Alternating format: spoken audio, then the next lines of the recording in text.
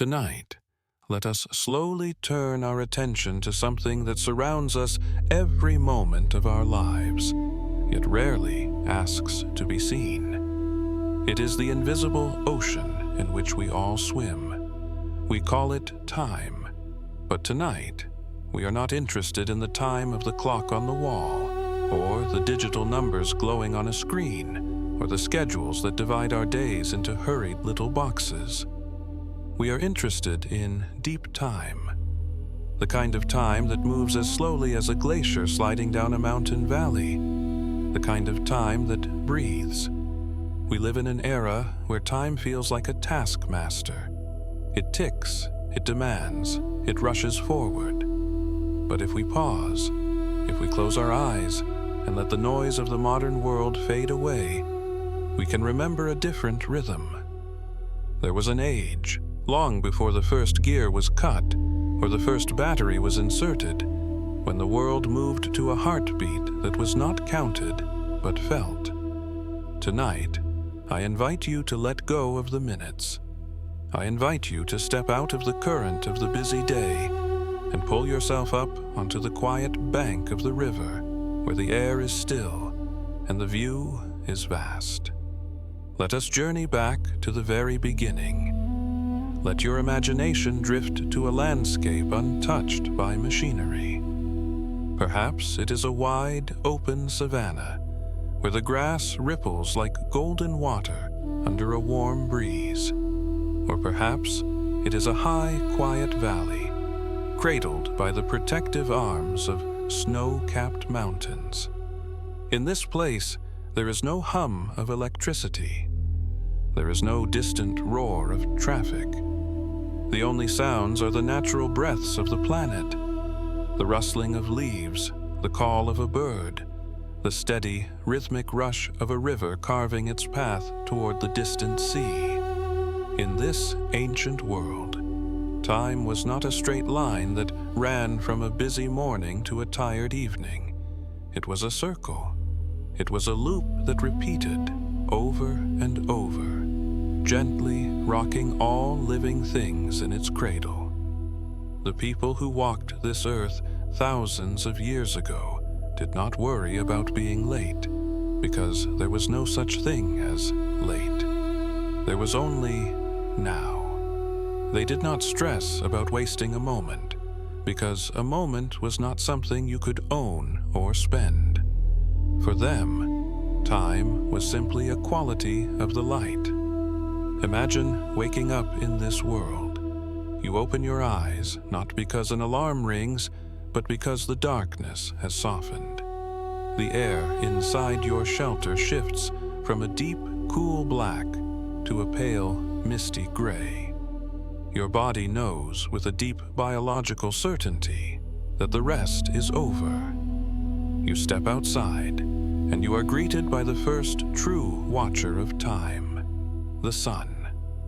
The sun was the original clock, the great fire that dictated the rhythm of all life on Earth. Its rising was not just a signal. It was a command to the blood and the bones to wake up. Watch in your mind as the golden rim of the sun crests the horizon. It is silent. It is majestic.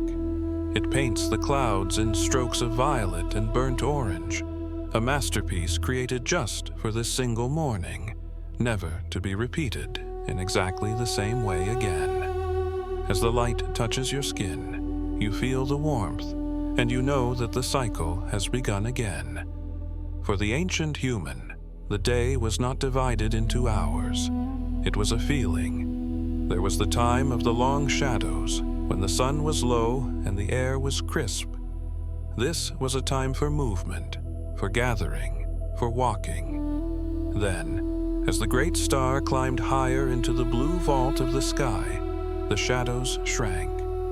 They pulled themselves tight against the trees and the rocks. The heat grew heavy. This was the time of the high sun, the stillness of midday. In the modern world, we often fight against the afternoon slump, trying to force our focus with coffee and willpower. But in the ancient rhythm, the body was listened to. When the sun was at its peak, the animals sought shade. The birds quieted their songs, and humans, too, would rest. Time slowed down in the heat. It became thick and lazy like honey. There was no guilt in this rest. It was simply part of the dance with the sun. As the afternoon wore on, the shadows would begin to stretch out again, this time reaching toward the east. The light would turn golden and soft, illuminating the dust motes dancing in the air. This was the gentle warning that the cycle was closing, the return to safety, the gathering of the tribe. And finally, the sun would dip below the western edge of the world, leaving behind a twilight that felt like a soft exhale of the earth itself. But the disappearance of the sun did not mean the end of time. It simply meant that the watch had been passed to the guardians of the night. Imagine the darkness of that ancient world. It was not the diluted, orange-tinted gray of our modern cities. It was a true, velvety black, a darkness so deep and rich it felt like a heavy blanket pulled up to the chin of the world. And in this darkness, the second great watcher appeared, the moon. The sun was reliable. It did the same thing every day, unfailingly. But the moon was a storyteller. It changed. It grew and it shrank. It began as a sliver, a shy curve of white light, barely visible in the twilight. Night after night, it grew bolder, swelling into a crescent, then a half circle, until finally it hung as a perfect glowing orb, illuminating the hunting grounds and the sleeping forests with a silver lantern. And then, just as slowly, it would fade away, returning to the shadows. This cycle, from the dark moon to the full moon and back again, gave humanity its first sense of a longer rhythm. It was a heartbeat that lasted for 29 days. It was a way to measure the seasons, a way to know when the herds would migrate, a way to know when the tides of the ocean would rise up to swallow the sand. Those who lived by the sea were intimately connected to this celestial watcher. They saw that the water breathed in time with the moon. When the moon was full and round, the ocean rushed in, powerful and high. When the moon was dark, the waters retreated, revealing the secrets of the seabed. It was a visible, rhythmic connection between the rock floating in the sky and the water covering the earth. It taught our ancestors that everything is connected. That time is not just a number. It is a force. It is gravity. It is light. And behind the moon, there were the stars, the silent, unblinking eyes of the universe. If you sat by the embers of a dying fire in that ancient valley and looked up, you would see a river of diamond dust spilled across the dome of the heavens. The Milky Way. To us, the stars often look fixed, frozen in place. But if you were a shepherd watching the flock, or a navigator steering a raft, you would know that the stars, too, are moving. Slowly, imperceptibly, the entire dome of the sky rotates. The constellations rise in the east and set in the west, mirroring the sun. The hunter, the bear, the seven sisters, they all march across the night in a grand, silent procession. This was the cosmic clock. A clock so large that the earth itself was merely the center of the dial. To live in this way was to live in a state of constant observation. You did not look at a device to know the time. You looked at the world. You watched the opening of the flowers. You watched the changing color of the leaves. You watched the migration of the birds. Time was written on the landscape. It was wet with dew in the morning and dry with heat in the afternoon. It was smelled in the ozone of a coming storm and felt in the cooling breeze of the evening. There was a profound safety in this. There was no anxiety about the future, because the future was just another cycle of the same sun, the same moon. The world was reliable. It held you. You were a small part of a massive, breathing organism that knew exactly what it was doing. But the human mind is curious. We are pattern seekers. We love the beauty of the flow, but we also have a deep desire to understand it, to name it, and eventually to capture it. We were not content to simply watch the shadow of a tree shorten and lengthen on the grass. We wanted to know exactly when the shadow would turn. We wanted to mark the earth to align with the sky. And so, slowly, over generations, the watchers of the sky became the builders of the earth. We began to drag stones. We began to dig holes. We began to construct our own shadows, heavier and more permanent than any tree. We decided to build traps for the light so that we could hold a piece of time in our hands. The transition from simply watching the horizon to building monuments for it was a profound shift in the human story. It was the moment we decided to stop merely observing the rhythm of the universe and started trying to anchor it. We wanted to drive a stake into the ground and say, "Here is the moment. Here is the start." Imagine the sheer silence of the Salisbury Plain in ancient England, thousands of years ago. It is a landscape of rolling green hills, heavy mist, and constant wind. Here, a community of people without wheels, without cranes, without any of the engines we rely on today, undertook a task that defies modern comprehension. They sought to build a cage for the sun. Picture the scene. Hundreds of people pulling together on thick ropes made of woven plant fibers. They are dragging massive sarsen stones, gray, lichen-covered giants weighing 20, 30, even 40 tons, across miles of rough terrain. The sound of their breath, the creaking of wooden rollers, the thud of rock against earth. Why would they expend such colossal energy? Why would they dedicate generations of labor to this task? Because they needed to know. They needed to know with absolute certainty that the world was orderly. Stand in the center of Stonehenge in your mind's eye. It is not a ruin in this vision. It is pristine, new, and sharp. It is dawn on the summer solstice, the longest day of the year. The air is cool and damp, clinging to your skin. Around you, the giant stones loom like silent sentinels, dark silhouettes against the brightening pearl-gray sky. You are waiting. The entire tribe is waiting. The structure is not just a temple.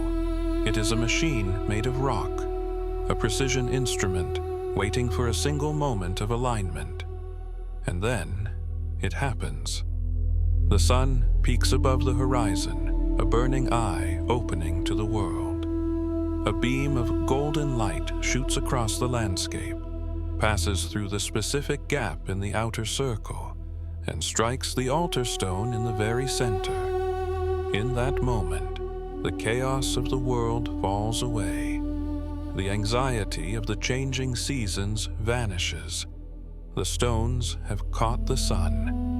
They have proven that the universe follows a law, that the days will lengthen and shorten in a predictable dance. These stone circles were the cathedrals of time. They remind us that time was once heavy. It had weight. It was solid. It wasn't something you glanced at on a phone screen. It was something you walked into. It was something that surrounded you, towering and immovable. But while the great stone circles measured the year, other civilizations sought to capture the day. Let us drift south now, leaving the cool mists of the north and traveling to the burning, golden sands of ancient Egypt. Here, the sun is not a gentle visitor. It is a god. Ra, high overhead, burning with an intensity that bleaches the color from the wood and warms the stone until it is hot to the touch. The Egyptians built slender, tapering needles of granite, obelisks that pierce the sky. You have likely seen them in pictures, or perhaps standing in the squares of modern cities where they were moved centuries later. But picture them in their original home, standing tall in a temple courtyard along the Nile. These were not just monuments to pharaohs, they were giant shadow sticks. The ground beneath the obelisk was marked with lines, carved deep into the stone floor. As the sun journeyed across the blue vault of the sky, the shadow of the obelisk traveled across these lines. It was a giant sundial, silent and sweeping. For the first time in history, the day was sliced into parts.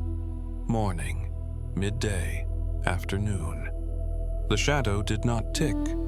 It glided. To watch it was to watch the rotation of the earth itself, translated into a dark shape moving across the ground. It is peaceful to think of how they understood these hours. In our modern world, an hour is a fixed, rigid thing. 60 minutes, 3,600 seconds. It never changes, whether it is June or December.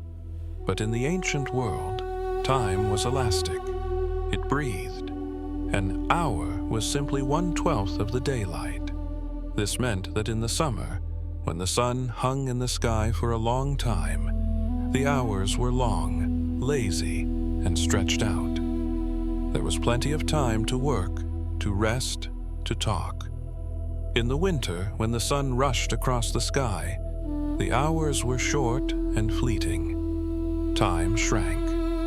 The people lived in harmony with this elasticity. They did not try to force the winter day to be as productive as the summer one. They accepted that time, like the river Nile, rose and fell. It had seasons.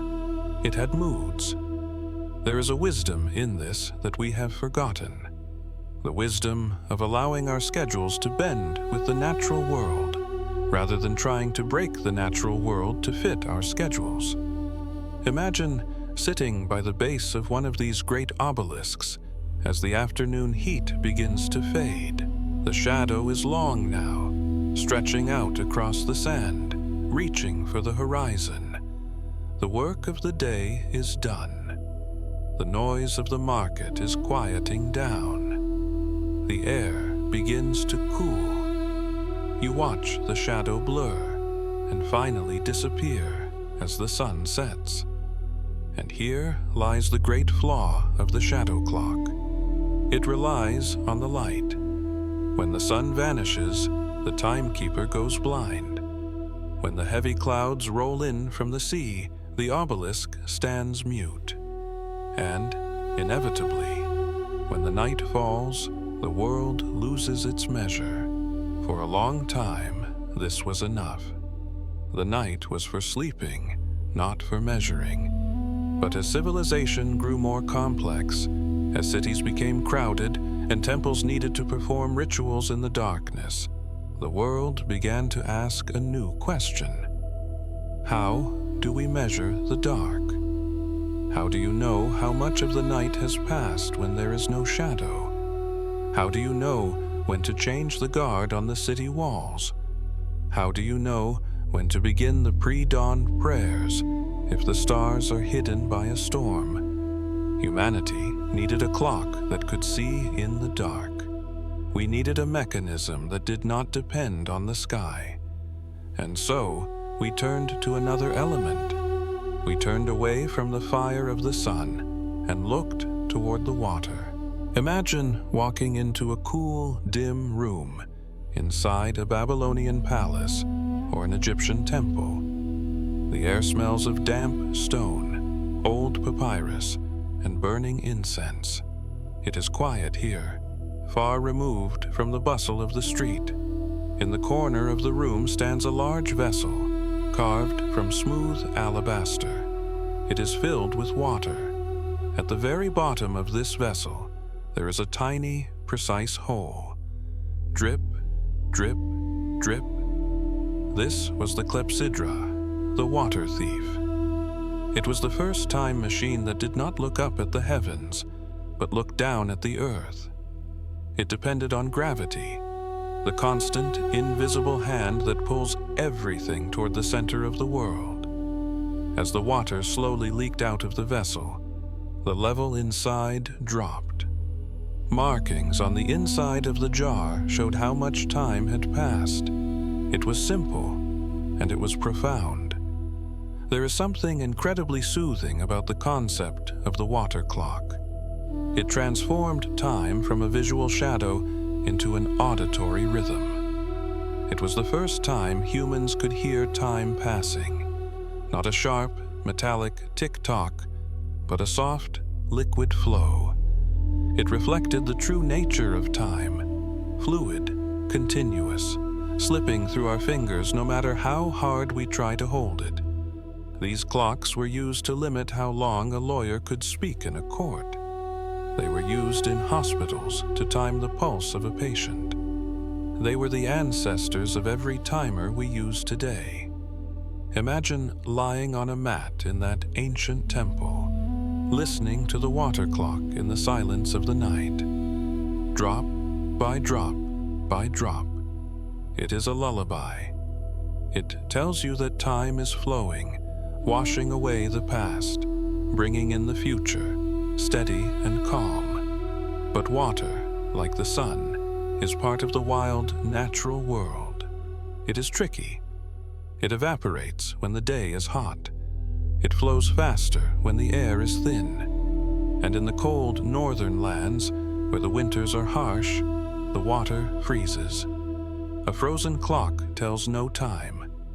As the centuries turned into millennia, as empires rose and fell, the human mind began to crave more precision. We wanted something that was not affected by the clouds, or the heat, or the cold.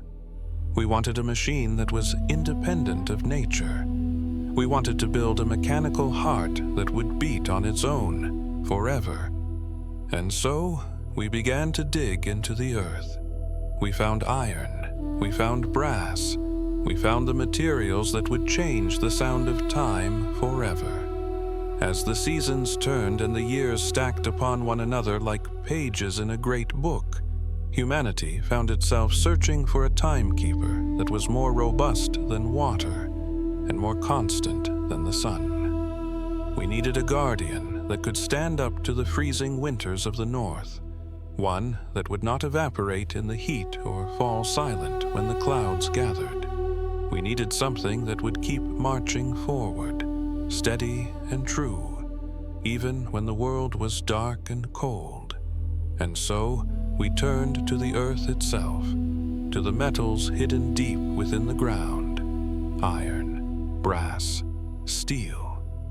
We are moving now into the Middle Ages. Let the image of the sun-drenched desert fade, and replace it with a misty morning in a medieval village. The air is cool and smells of wood smoke and damp earth. The houses are small, thatched with straw, clustered together like sleeping animals around a central square. Rising above them all, disappearing into the low-hanging fog, is a tall stone tower. This is the heart of the community. And inside this tower, a new kind of heart has begun to beat. This was the birth of the mechanical clock. It is difficult for us, living in a world of silent digital chips and smooth glass screens, to imagine the sheer physical weight and presence of those early machines. They were not small, delicate things. They were massive engines of iron, forged by blacksmiths who were used to making plowshares and horseshoes. They smelled of oil, of sawdust, and of cold metal. Imagine climbing the winding stone stairs of that tower. The air gets cooler as you ascend, the light dimming to a gray twilight.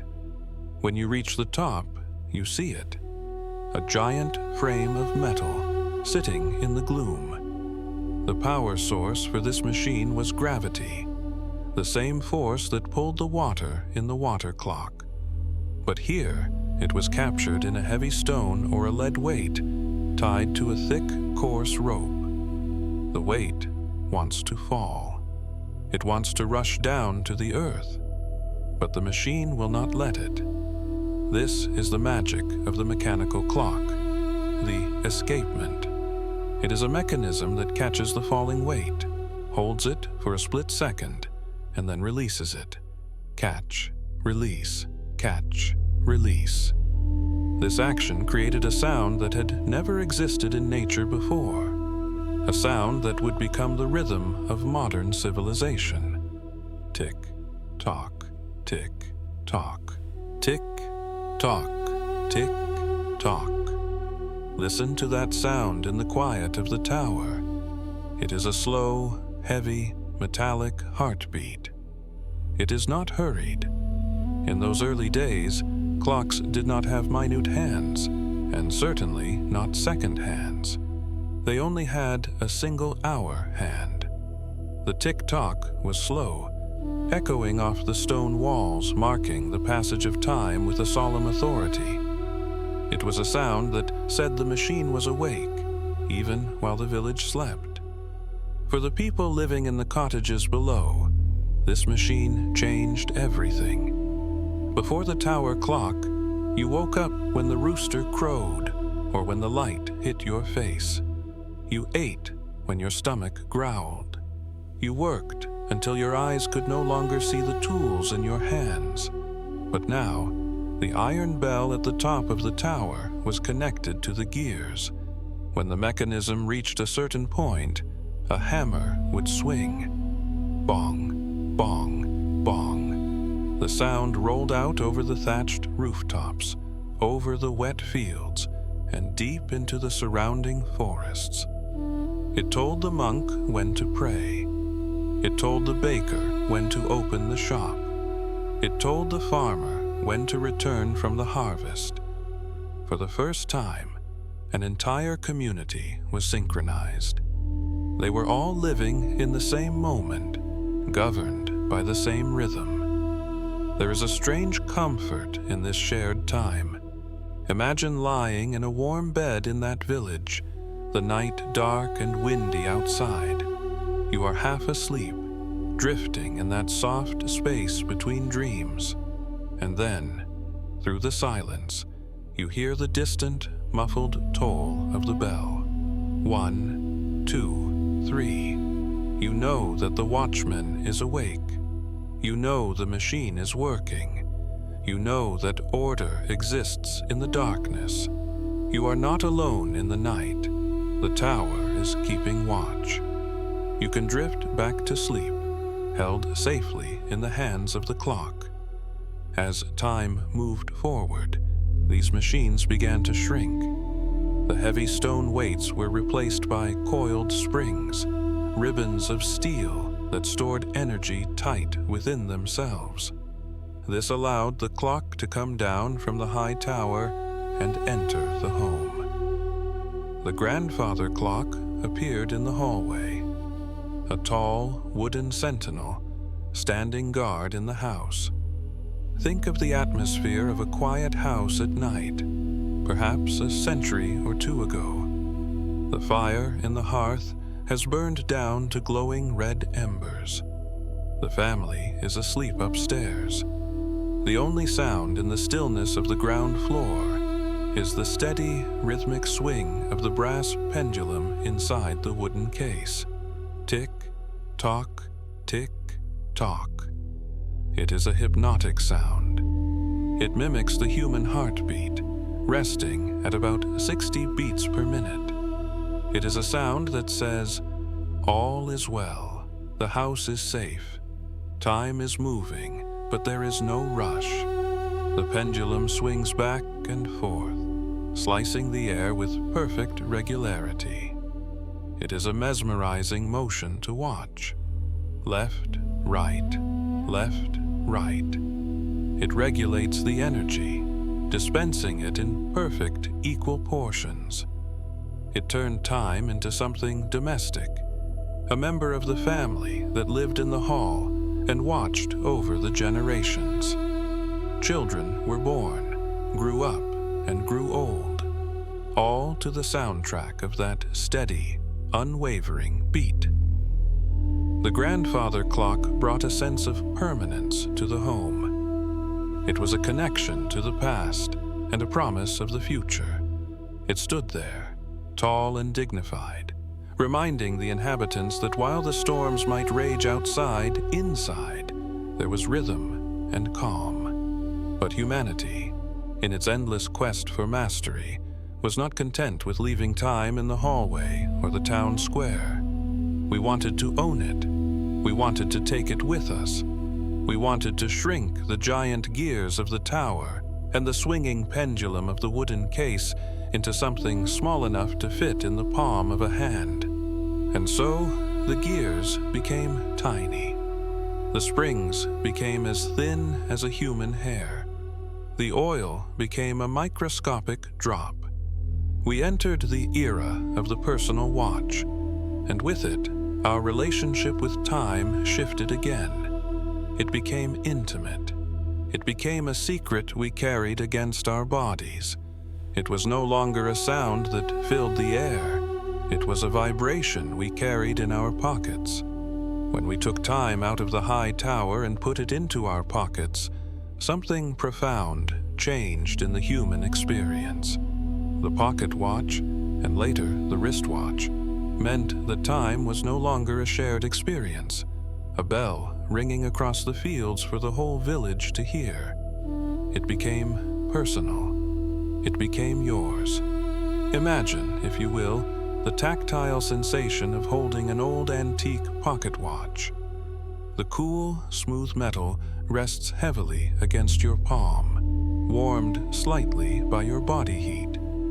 It feels solid, like a river stone. You press a small latch, and the case pops open with a soft, satisfying click.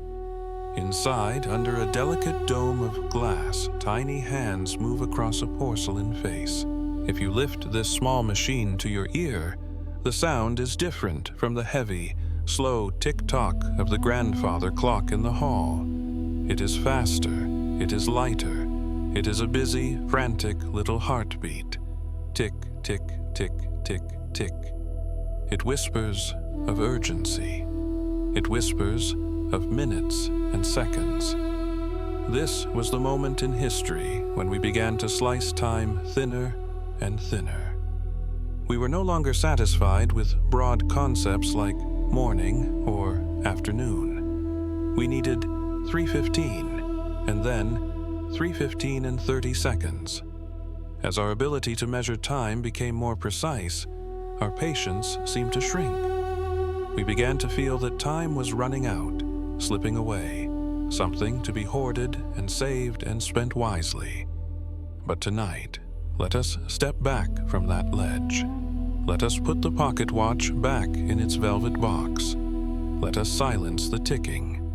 We have journeyed from the slow, majestic movement of the sun and shadows to the drip of water, to the heavy swing of the pendulum, and finally to the racing gears of the watch. But there is one more place we must go, a place that exists beyond all these machines, a place that the clocks cannot measure. We must return to the concept of deep time, but this time we look for it inside ourselves. Modern science tells us that time is not as rigid as we think. Physicists tell us that time is relative. It stretches and bends. If you were to travel near a black hole, where gravity is immense, time would slow down significantly. A minute, there might be a year back on Earth. If you could travel at the speed of light, time would stop altogether. This sounds like complex science, but it actually confirms what our hearts have always known. Time is a feeling. Think about how time feels when you are deeply relaxed, perhaps lying on a beach or reading a book you love. Hours can vanish in what feels like the blinking of an eye. The afternoon dissolves into a golden haze. Now, think about how time feels when you are waiting, standing in a line, or watching a kettle that refuses to boil. A single minute can feel like an eternity. It stretches out, thin and painful. This teaches us a secret. We are the true timekeepers, not the clocks. Our consciousness is the vessel in which time flows. And because you are the vessel, you have the power to change the flow. Tonight, as you lie here, safe and warm, you have the power to step out of clock time, the time of schedules, deadlines, and alarms, and step into ocean time. Imagine yourself standing on the shore of a vast, calm ocean at twilight. The sand is cool beneath your feet. The water stretches out to the horizon, meeting a sky painted in soft indigo, violet, and fading rose. The waves roll in, one after another. They do not hurry, they do not check a schedule. They simply arrive, crash gently with a hushed shh sound, and recede. This ocean is the now. Most of the noise in our minds comes from living in the past, replaying memories, wondering what if, or from living in the future, planning, worrying, anticipating. But the clock of the universe only ever strikes one time: now. The past is a memory, a ghost of a time that once was. The future is a dream, a shadow of a time that has not yet arrived. The only thing that is real, the only thing that you can touch, is this exact moment. The feeling of the sheets against your skin, the rise and fall of your chest as you breathe, the sound of my voice. This moment is spacious. It is not crowded. There is plenty of room here. In this state of now, there is no need to rush, because there is nowhere to get to. You have already arrived. You are exactly where you are supposed to be. The earth is spinning at the perfect speed. The stars are drifting at the perfect pace. You are in sync with the cosmos. Let us try to loosen our grip on time. Imagine time as a handful of dry sand. If you squeeze your fist tight, trying to hold on to it, trying to control it, the sand trickles out quickly between your fingers. It is lost. But if you open your hand flat, if you relax your palm and hold it gently, the sand sits there. It stays. When we stop fighting time, when we stop trying to manage it and save it, it expands. The evening becomes longer. The sleep becomes deeper. You are a watcher of time, but you do not need to be its prisoner. You can watch the river flow without drowning in it. You can sit on the bank, watching the debris of the day, the worries, the tasks, the conversations float by. Let them go downstream. You do not need to fish them out. The gears of the world may keep turning. The digital numbers may keep changing in the offices and the stations. But in your mind, in your inner sanctuary, you can stop the clock. You can pull the battery out. You can let the pendulum come to a rest. Silence, stillness, peace. There is nothing you need to do right now. The world will carry on without your supervision for the next 8 hours. The sun knows when to rise. It does not need you to remind it. The birds know when to sing. You are free to let go. And as you let go, as you unclench your hand, you begin to drift toward the final state of time, the state where time ceases to exist entirely. We have silenced the ticking of the clock, and we have rested in the ocean of the present moment. But to truly understand the nature of deep time, the kind of time that soothes the soul, we must look beyond ourselves. We must look to the living things that have mastered the art of patience. We must turn our gaze to the silent green watchers of the world, the trees. There is a peace to be found in the presence of a tree that is difficult to describe. Perhaps you have felt it while walking in an old forest, or sitting beneath the branches of a massive oak in a city park. Trees exist in a different time zone than humans. They do not rush. They do not run. They simply stand and grow and witness. Let us travel in our minds to the high, wind-swept slopes of the White Mountains in California. Here, in a landscape of pale, rocky soil and thin, crisp air, live the oldest living individuals on our planet, the bristlecone pines. Some of these trees were already seedlings when the great pyramids of Egypt were being built. They were young saplings when Stonehenge was just a plan in the minds of the ancients. They were mature trees when the Roman Empire rose, and they were still standing, quiet and gnarled, when it fell. They have stood through the discovery of electricity, the invention of the engine, and the digital revolution, without moving a single inch. Imagine standing next to one of these ancient beings. The wood is not smooth and brown like the timber in a lumber yard. It is weathered, polished by the wind and the ice into shapes that look like golden driftwood. It is twisted and swirled, beautiful and hard as stone. The tree does not look like it is struggling. It looks like it is resting. These trees are the keepers of the earth's diary. Inside their trunks, hidden from view, are the rings of time, dendrochronology. One ring for every year, a wide ring for a wet, happy year, a thin, tight ring for a year of drought and hardship. They have recorded the history of the climate, the fires, the rains, and the sun, writing it down in a language of wood that only patience can read. To be near such a being is to feel your own sense of urgency evaporate. In the face of 4,000 years of silence, a stressful meeting or a missed deadline feels incredibly small. The tree teaches us that endurance is not about fighting, it is about remaining. It is about staying rooted when the winds blow and drinking deep when the rains fall. Now, let your mind drift from the high mountains down into the deep, quiet valleys. Let us enter the realm of the redwoods and the sequoias.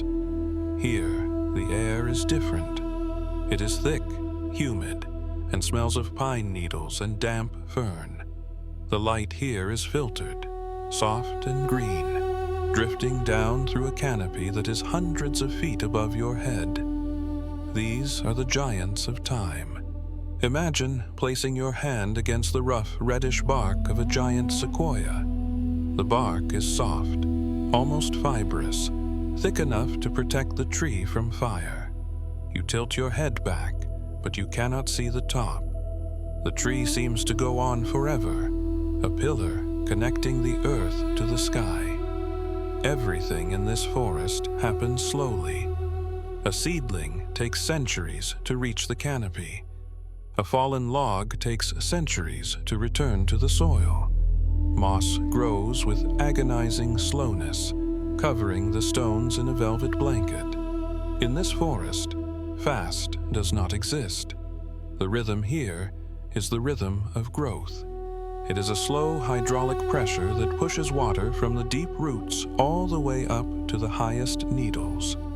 It is a silent, upward striving that never ceases, yet never hurries. If you were to stay in this forest for a day, you would see nothing change. If you were to stay for a year, you might see a branch fall. If you were to stay for a lifetime, you would see the forest breathe. This is the perspective we need tonight. The perspective of the forest. The realization that life is long, that there is time for everything, that you do not need to bloom all at once. You can grow slowly. You can weather the seasons. You can simply stand and breathe and be. But the trees are not the only keepers of the earth's deep memory. Below the roots of the forest, below the soil, there is an even older clock, a clock made of stone. Let us descend now. Let us go down beneath the grass, beneath the forest floor, into the quiet, dark geology of the world. Think of the Grand Canyon, a vast open wound in the earth that reveals the pages of history. Standing on the rim of the canyon at sunset, looking down into the mile-deep abyss, you see the stripes of color: red, ochre, pale limestone, shale. These are the layers of time. Each band of rock was once a surface. Millions of years ago, that red layer was a sandy desert, blowing in the wind. That gray layer was the bottom of a warm, shallow sea, filled with ancient shells. That white layer was a beach.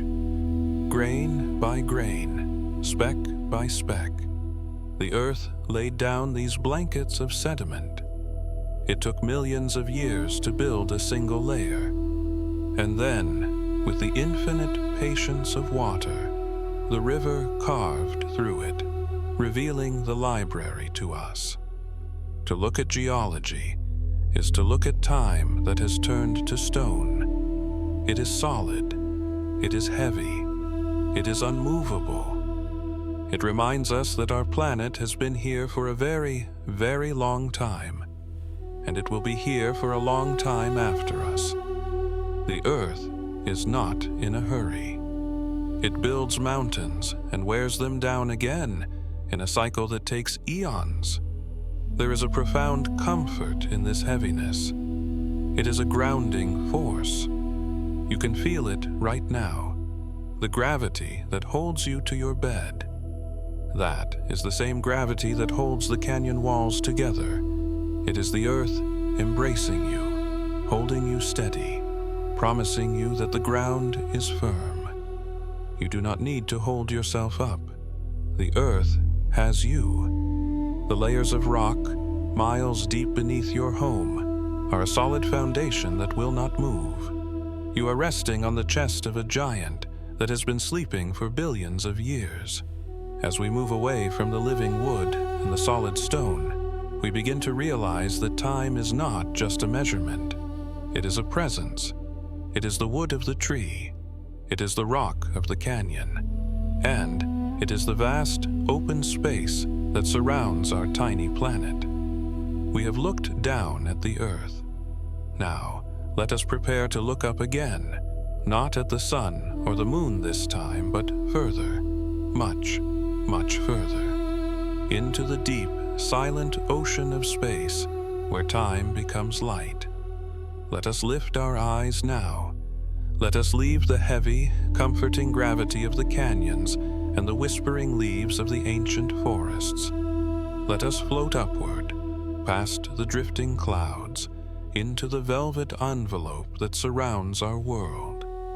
We are entering the realm of the stars, and here we discover the most beautiful secret of all. Time is light.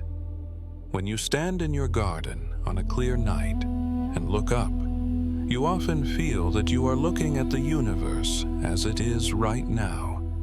But you are not. You are looking into a vast, silent mirror of the past. You are looking at a history book written in photons.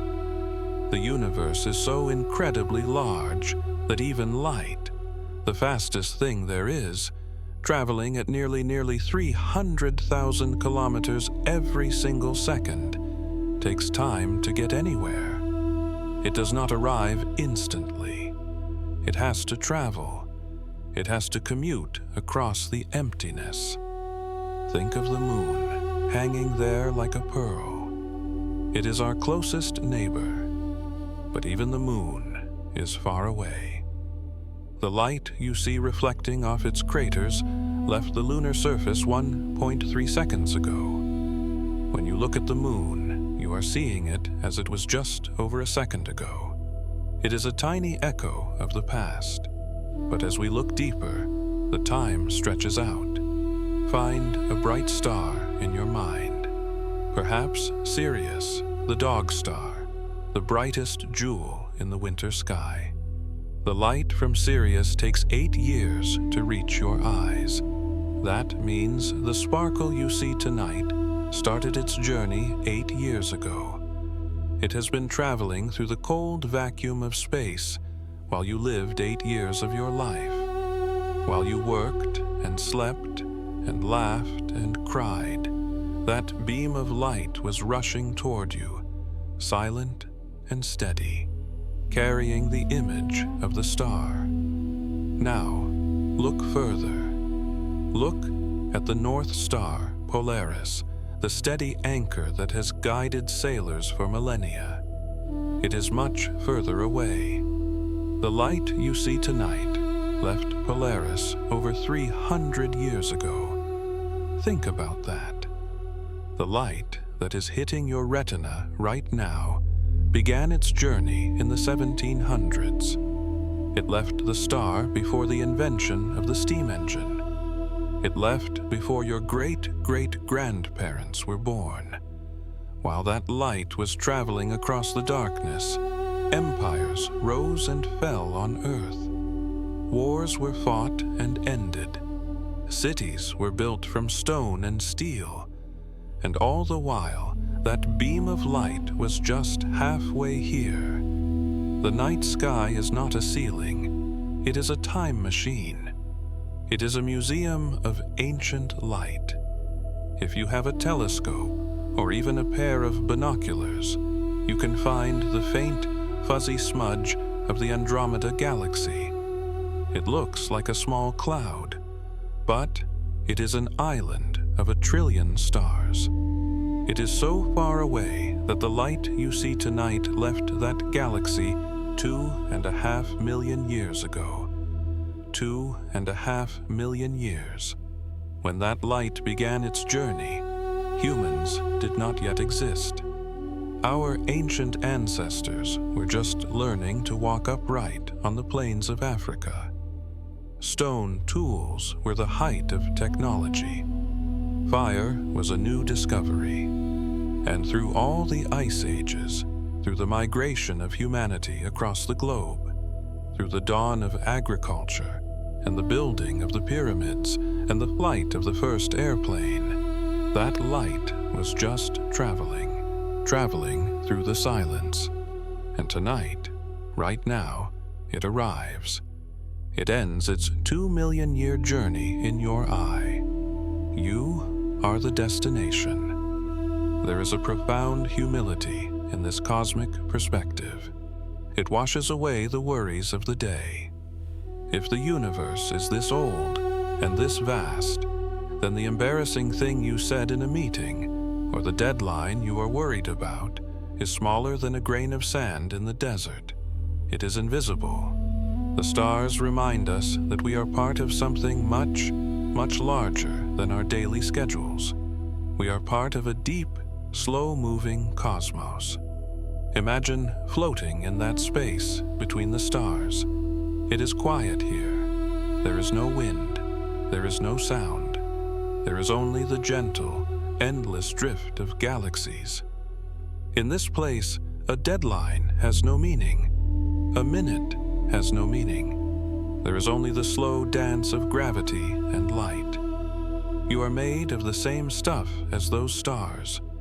The atoms in your hand, the iron in your blood, the calcium in your bones. It was all forged inside the hearts of ancient stars that exploded billions of years ago. You are not just looking at the universe. You are the universe, looking back at itself. You are stardust that has learned to breathe. You are stardust that has learned to think. And tonight, you are stardust that is preparing to sleep. Let this cosmic scale cradle you. You do not need to hold up the world. It is held up by gravity. You do not need to push the river of time. It flows by itself. You are a passenger on a beautiful blue ship, sailing through a sea of ancient stars. The view is spectacular. The ride is smooth. And the captain, nature itself, knows exactly where it is going. As we drift back down from the stars, returning slowly to the atmosphere of our own little planet, we bring with us this feeling of vastness. We bring back the silence of the void. We bring back the patience of the light. We return to the room where you are lying. We return to the body that is warm and heavy under the covers. But we see it differently now. We see the room not as a box of stress, but as a sanctuary floating in space.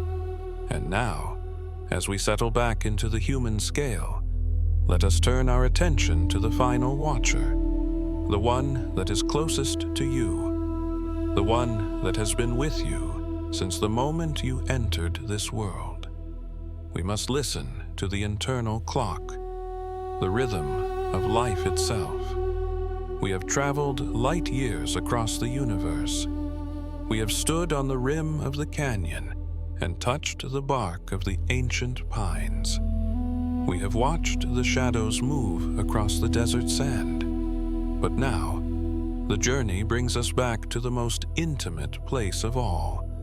We travel the final distance, the few inches inward, into the center of your own being. For all the clocks we have built of stone and brass, for all the satellites orbiting the Earth, there is no timekeeper more sophisticated or more gentle than the one that lives inside your chest. Listen, can you feel it? Thump, thump, thump, thump.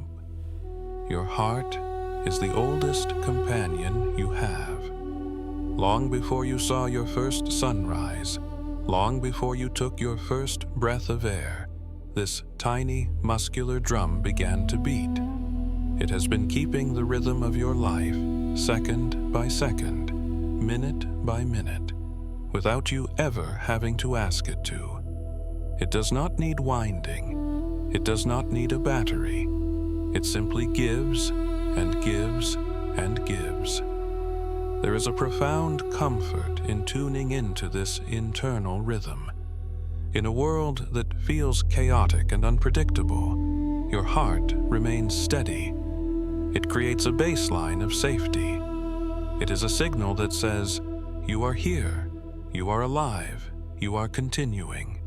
Tonight, imagine that your heartbeat is not a mechanical pump, but a soft drum being played in a quiet room. It is the metronome of your rest. As you lie here, relaxed and warm, that rhythm naturally slows down. It shifts from the allegro of the day to the adagio of the night. It is syncing up with the stillness of the room, and partnered with the heart is the breath.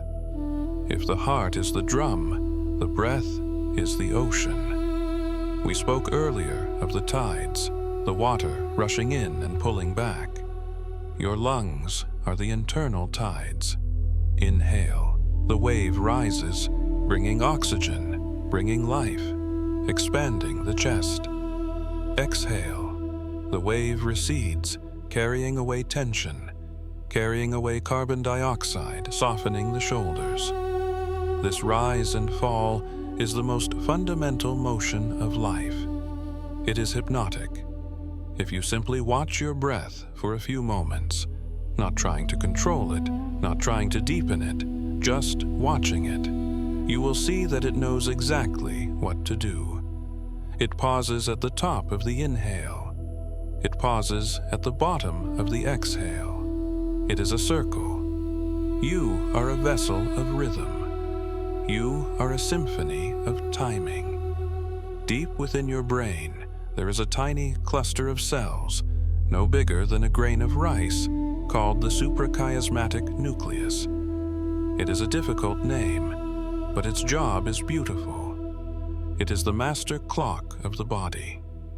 It sits there, deep in the dark, waiting for news from your eyes. When the sun goes down, when the light fades from blue to gold to black, this master clock whispers a message to your body.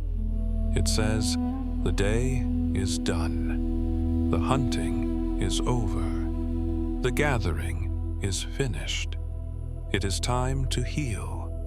It releases a chemical sunset into your blood, melatonin. It flows through you like a cool, dark mist. It tells your temperature to drop slightly. It tells your digestion to slow down.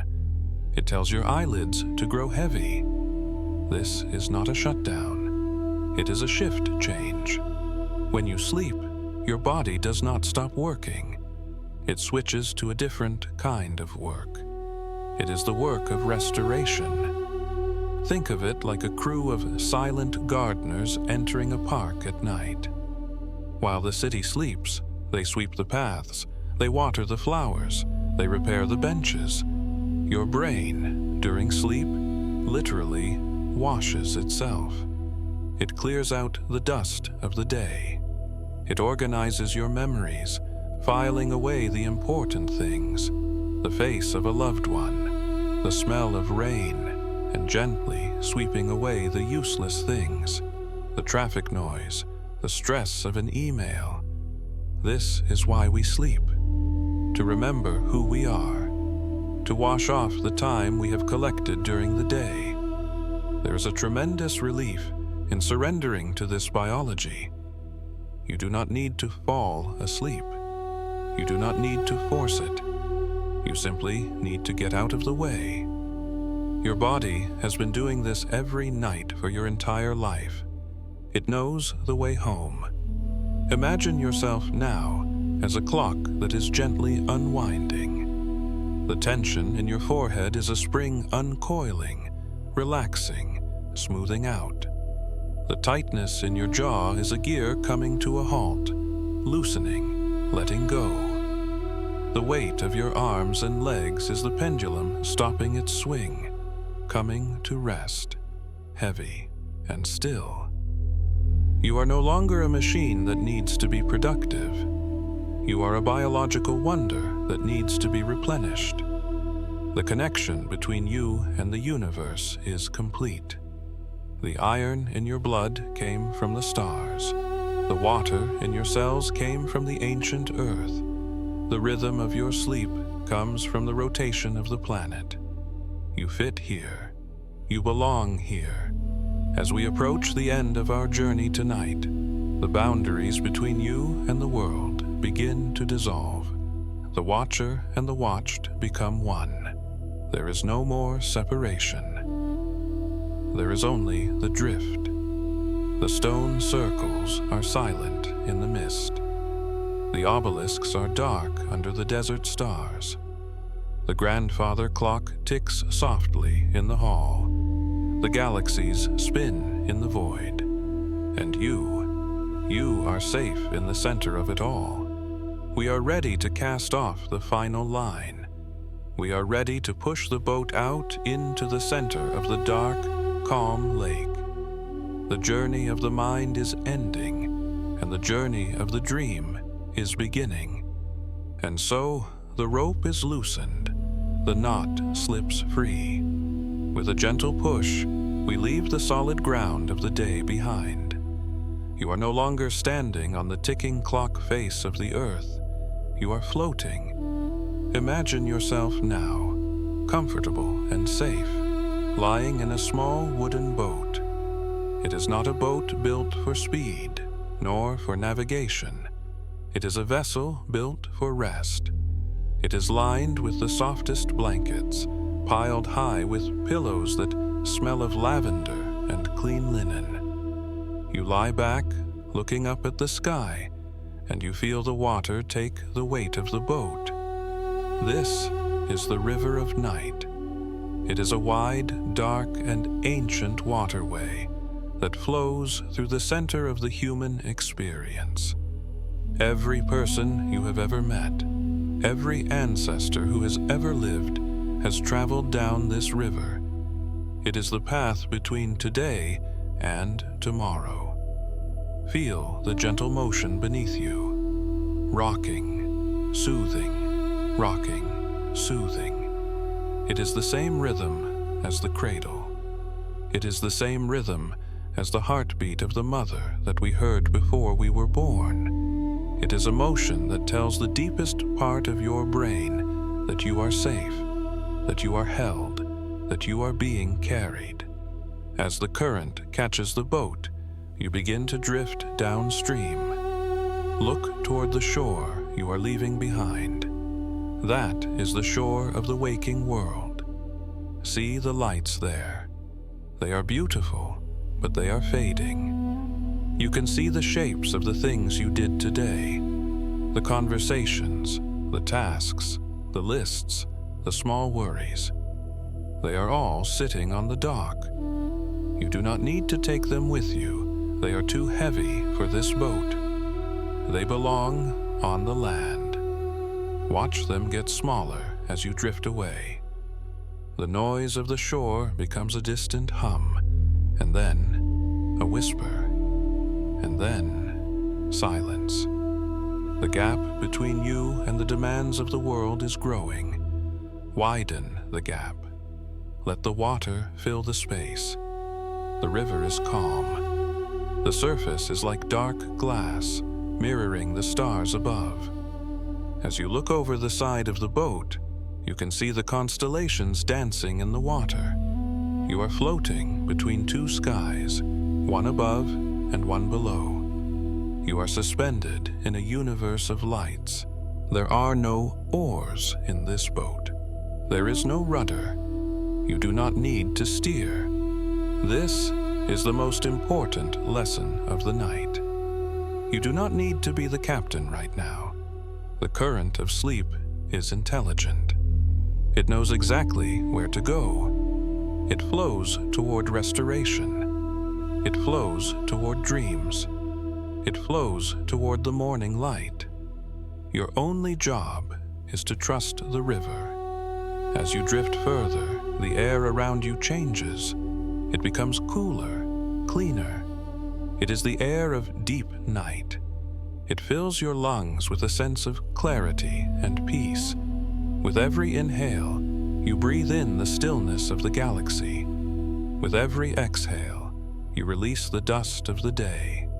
Drifting, floating, gliding.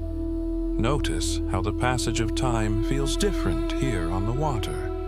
On the shore, time was chopped into hours and minutes. Here, time is a fluid. It stretches. It slows down until it barely moves at all. There is no late here. There is no early. There is only the gentle flow of now. You pass by the banks of a sleeping forest. You can smell the pine and the damp earth. You can hear the wind whispering through the leaves, a soft hush sound, like the earth hushing its children to sleep. The trees are standing guard. The stones are keeping watch. The owls are silent wings in the dark.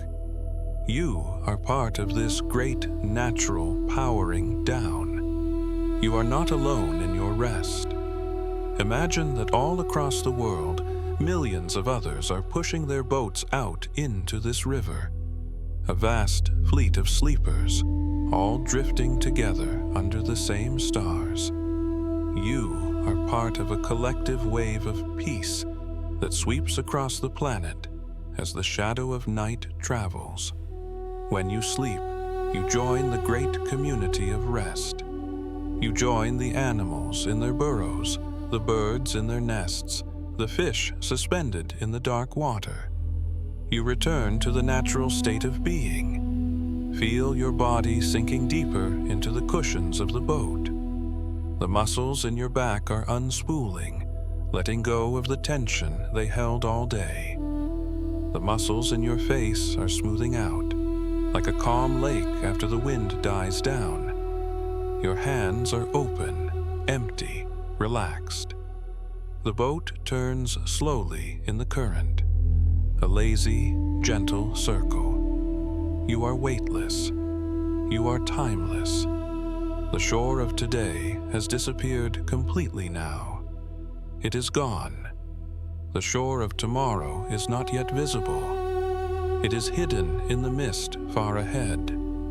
You are in the sanctuary of the in-between.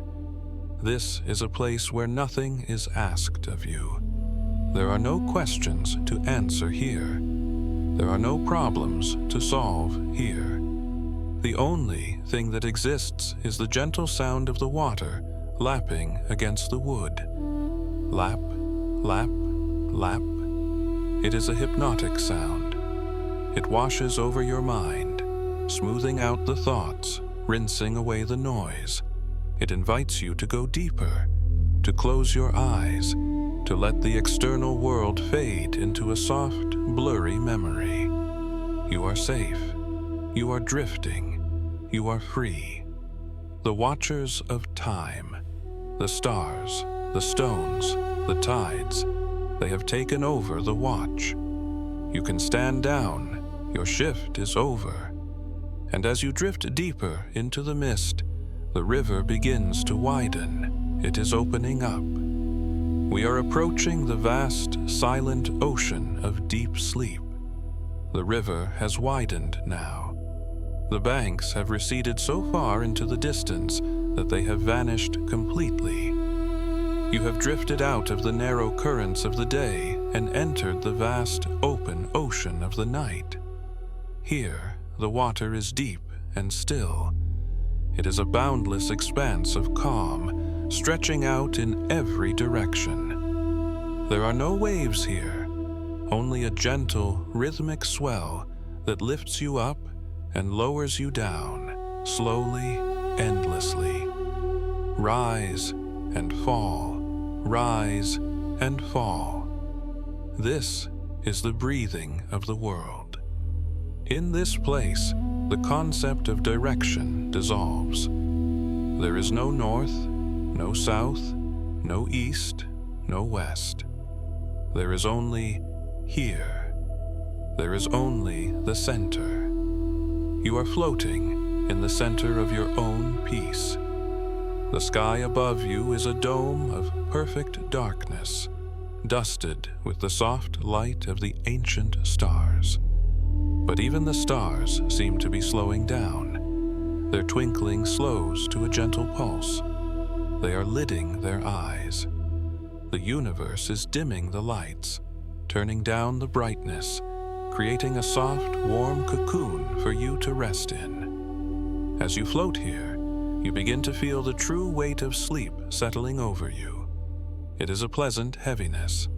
It starts in your feet, a warmth that feels like a thick, soft blanket being pulled up. It moves up your legs, soothing the muscles, telling them that there is nowhere to walk, nowhere to run. The heaviness moves into your hands, your arms. Your fingers curl naturally, soft and empty. They are not holding on to anything anymore. They have released the steering wheel. They have released the phone. They have released the world. Feel the heaviness settle into your shoulders, pressing them gently down away from your ears. Feel it wrap around your chest, protecting the slow, steady drum of your heart. And finally, the relaxation moves into your mind. Imagine your thoughts as small white clouds drifting across that dark night sky. In the day, they move fast, driven by the winds of necessity. But here, in the ocean of silence, there is no wind. The clouds stop moving. They hover for a moment, and then, slowly, they begin to dissolve. They mist over. They fade into the velvet background. One by one, the thoughts disappear. The lists disappear. The voices disappear. There is only the silence. But this is not an empty silence. It is a rich silence. It is like the silence of a massive library at night, filled with wisdom, but quiet as a tomb. It is like the silence of the deep woods after a heavy snow. It is a silence that wraps around you, insulating you, muffling the sharp edges of reality. In this deep state, you are connecting with the oldest form of time, the eternal now.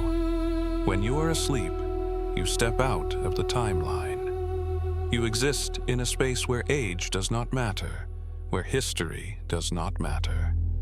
You return to the raw material of life. You are simply a consciousness floating in the dark, recharging, healing, being. The watchers are still there. The stone circles on the misty plains of England are still standing, enduring the wind so you don't have to. The pyramids are still watching the desert sands, holding the weight of history so you don't have to. The moon is still pulling the tides, managing the oceans so you don't have to. The earth is still spinning, carrying you through the void so you don't have to move a muscle. You are the passenger. You are the precious cargo. Allow yourself to sink a little deeper into the mattress. Imagine that the bed is rising up to meet you, holding you, supporting every curve of your spine. You are completely supported. There is no part of you that needs to hold itself up. Sink deeper. Let go completely. The boat is gone now. The ocean is gone. There is just you, wrapped in the warm, dark embrace of sleep. You are safe. You are hidden. You are at peace. The journey is almost over. The destination is right here. The eyelids are heavy. The breath is slow. The heart is quiet, drifting, sinking, resting. You have arrived. You have journeyed through the ages, walked among the ancient stones, floated down the river of night, and now you have reached the sanctuary of deep rest. There is nowhere else to go. There is nothing else to see. The journey is complete. The world outside continues its slow, majestic rotation. It turns away from the light and into the shadow, carrying you safely through the cosmos. You do not need to understand it. You do not need to measure it. You only need to trust it. The watchers are at their posts. Far above the clouds, the stars are drifting in their silent diamond rivers. They are watching over the roof of your home. Deep in the forests, the great trees are standing still in the darkness. They are watching over the air you breathe. In the hallway, the clock may be ticking, but its sound has become a part of the silence. It is watching over the passing hours so you don't have to. Everything is taken care of. The sun will return. It always does. When the time is right, the light will creep back into the sky, painting the world in gold and blue again. The birds will wake up. The flowers will open. The day will begin anew. But that is a story for tomorrow. That is a shoreline far, far away. For now, this moment, this dark, quiet, endless moment, is yours. It is a fortress of peace. It is a blanket of calm. It is the gentle, steady breathing of the universe. Feel the final traces of wakefulness dissolving like sugar in warm water. The body is heavy. The mind is clear. The spirit is quiet.